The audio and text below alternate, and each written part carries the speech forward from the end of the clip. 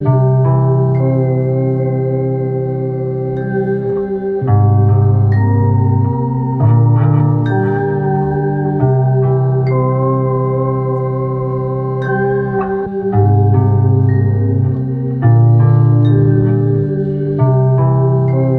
Habitate Trio +1.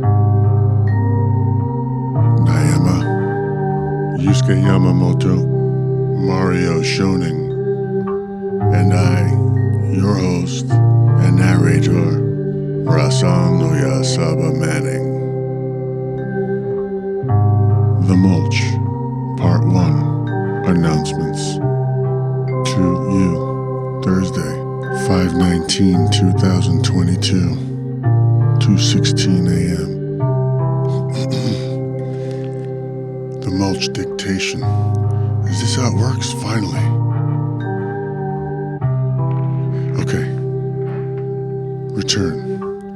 So the mulch goes like this.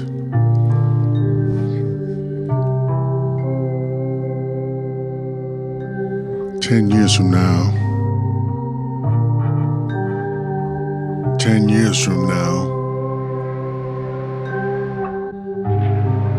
we begin to receive messages from distant battleships 5 years away. The messages profess peace as their intention. We come in peace, they say. We do not intend to harm you, they say.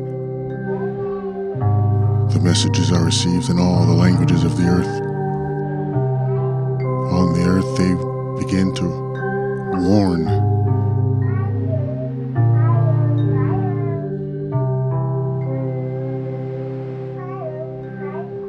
that they will be arriving,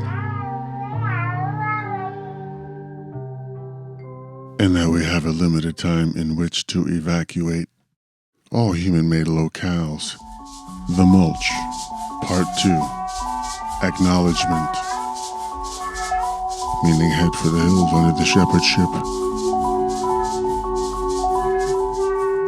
Under the shepherd ship.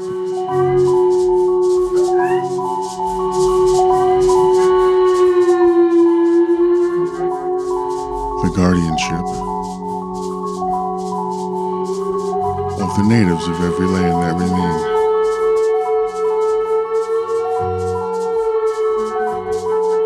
They shall show you the ways of the land,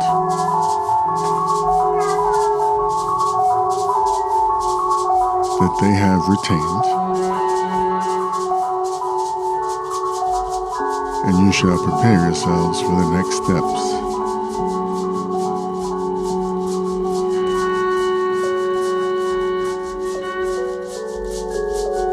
Please evacuate using the technology you have accumulated in order to make it a safe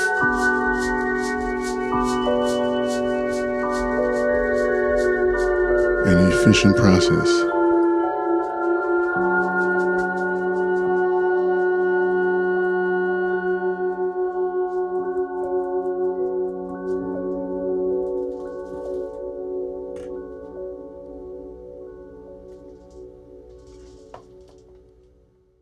The Mulch, Part 3, Monuments.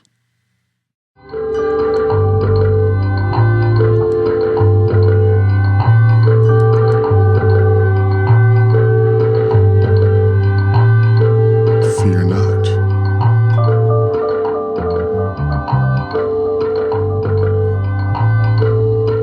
Fear not, fear not. Fear not, fear not.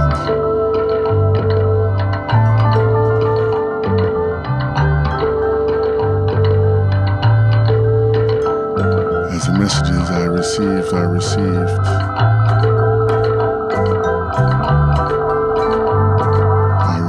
our receipt people begin to discuss the latest message, which states that the incoming forces wish to know what of the human-made world, what of the human-made world, what of the human-made world each person would like to keep.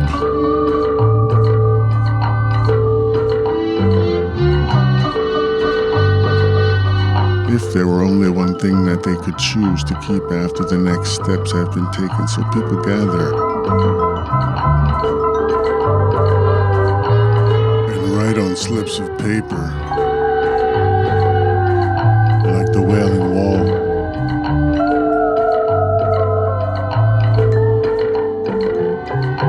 Only to be buried 2 years later, fulfilled or not, like love letters.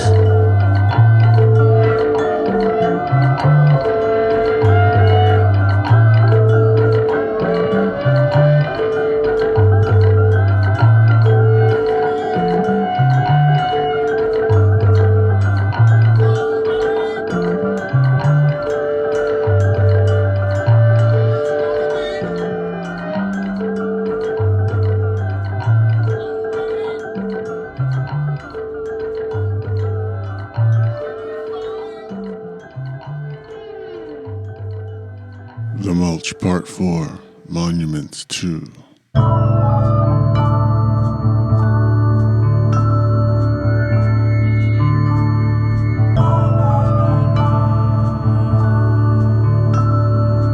An architect said he would like to read. To retain the Brooklyn Bridge.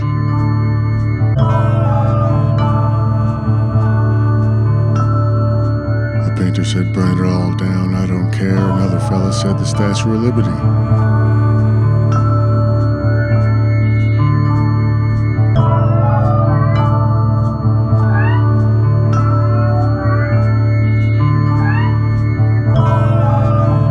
A caretaker amongst us said, all emergency room machinery and technology.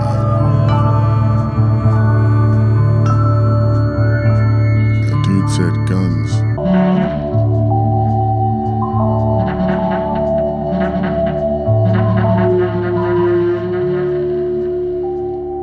One woman said comic books.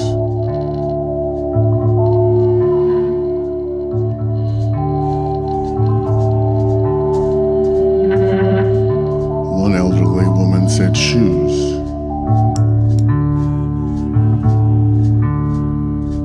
Messages continue. All natural elements of the human-made world shall go unharmed. Governments begin to organize evacuation.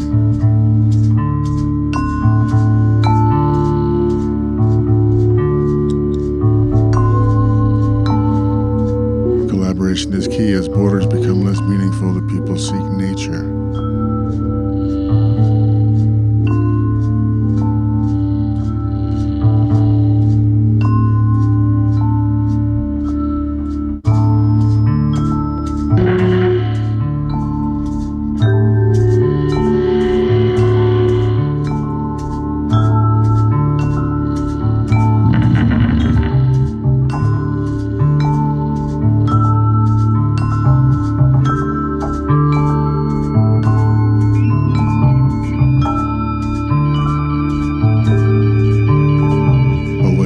We have built over the past 500 years or so.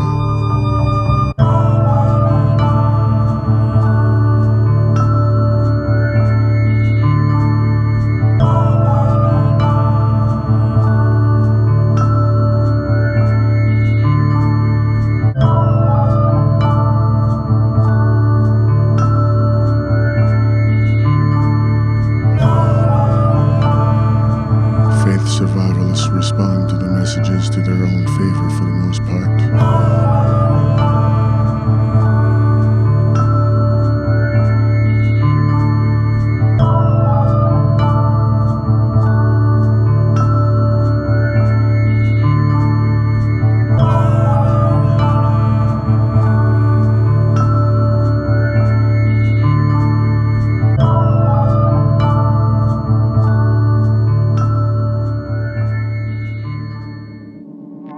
Those who believe in the rapture believe that this is the rapture. Those that believe in the chosen believe they are being chosen. Those that believe in aliens believe that they are coming, that this will be a close encounter.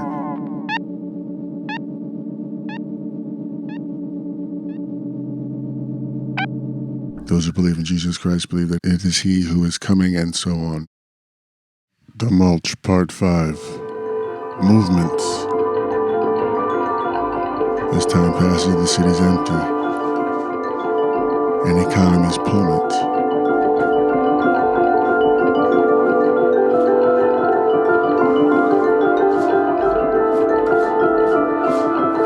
And the natives of lands shepherd folk into the land. Time slows.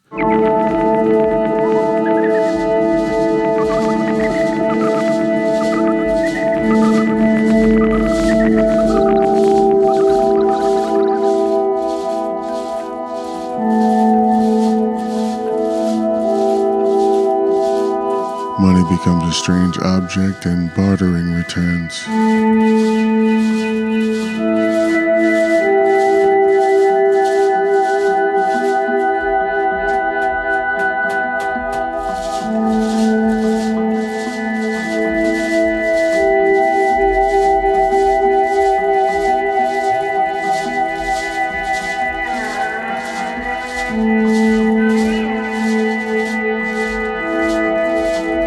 Some people decide that they will stand their ground, protect their shit and their real estate, and that is to be expected when you're up against the wall.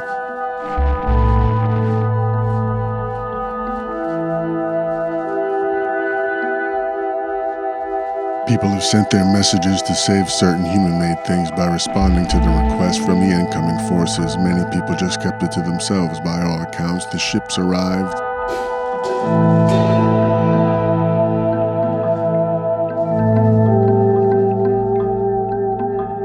By all accounts, the ships arrived, massive, colossal, sheenless marbled armadas.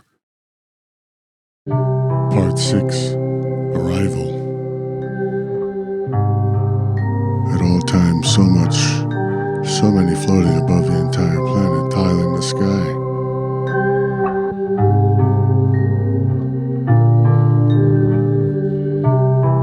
Translucent, the sun passes through.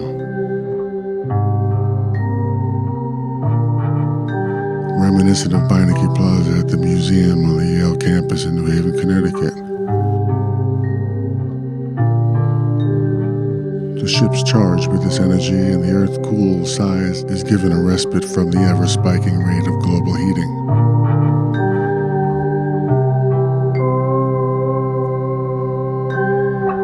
Warming is too mild for what we have been witnessing. Global heating is still mild, to be honest, but I digress.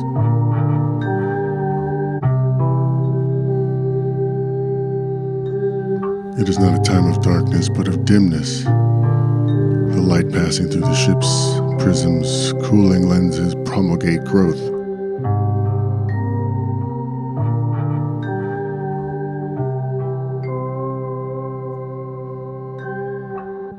The MULCH Part 7, The Mulch and the Ascent. As the last of the evacuees evacuated, the last of the warnings were sent out, and so it began. At that moment, the ships opened their maws to reveal their mulching jaws as they descended from their hovering of about cumulonimbus cloud heights to a few hundred meters above the surface. The tile pattern tightened, and they began to interlock, with gaps over ocean, over reserves, over canyons, lakes, forests, and gorges, and these enormous backhoe mulching machines began to flex and lubricate the joints. Like large crushing hands, this flexing was a chemical wash emitted from each of the ships onto the cityscapes, townscapes, villagescapes. Below, this chemical wash disintegrated all human-made objects. Compounds of metal, glass, wood, furniture, appliances, cables, wires, clothing, everything that we've made except for books. All libraries are preserved, all bookstores are preserved. All printing presses are preserved. But almost everything else is mulched. and those crushing hands, lubricated by a chemical wash, begin to massage the disintegrated matter.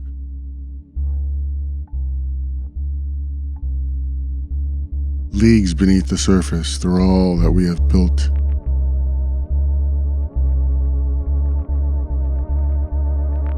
And they sculpt a landscape reminiscent of what it was everywhere about 500 years ago.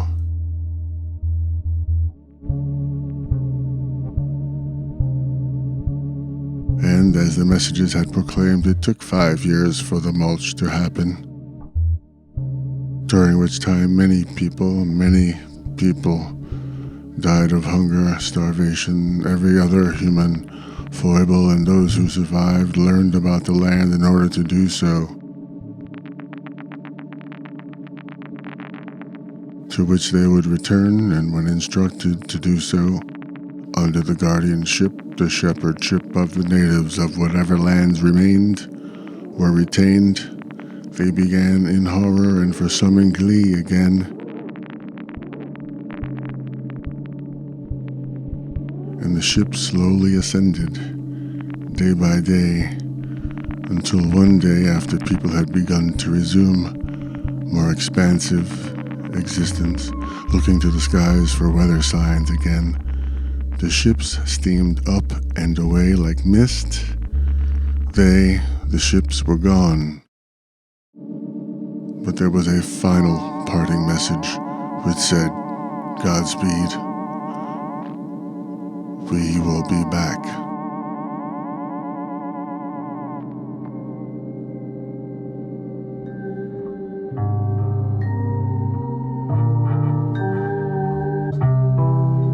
Thank you for listening to The Mulch, brought to you by Rhasaan Oyasaba Manning, Flatbush Sound Studios, the Habitat Trio +1. Take care.